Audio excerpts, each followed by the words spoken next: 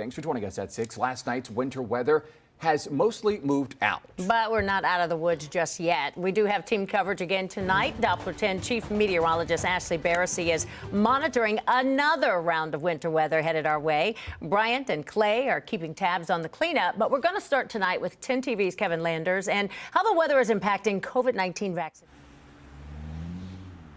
Well, good evening. The winter weather is not only delaying health departments from canceling their vaccination appointments. Today we learned from Governor Mike DeWine that it's also delaying the vaccination shipments from inside to Ohio and through Ohio.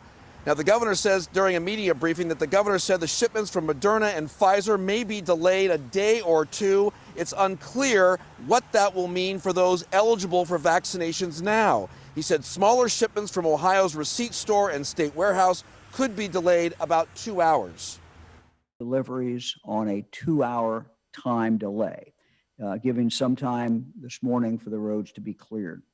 Throughout the day, delivery drivers have been making calls to providers and giving them 30 to 60 minutes notice prior to arrival to make sure that providers are ready to receive their vaccine.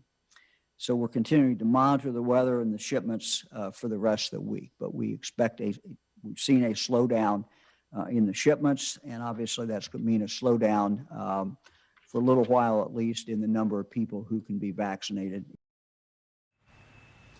Now, the governor says the state's online portal that would allow Ohioans to schedule their vaccinations online, that's still a few weeks away. He said that he hopes to have more updates on that. But the issue right now is providers are slow to input their information into the system. And until they do that, he says he doesn't want to go live with the portal yet because he wants to ensure a good customer outcome.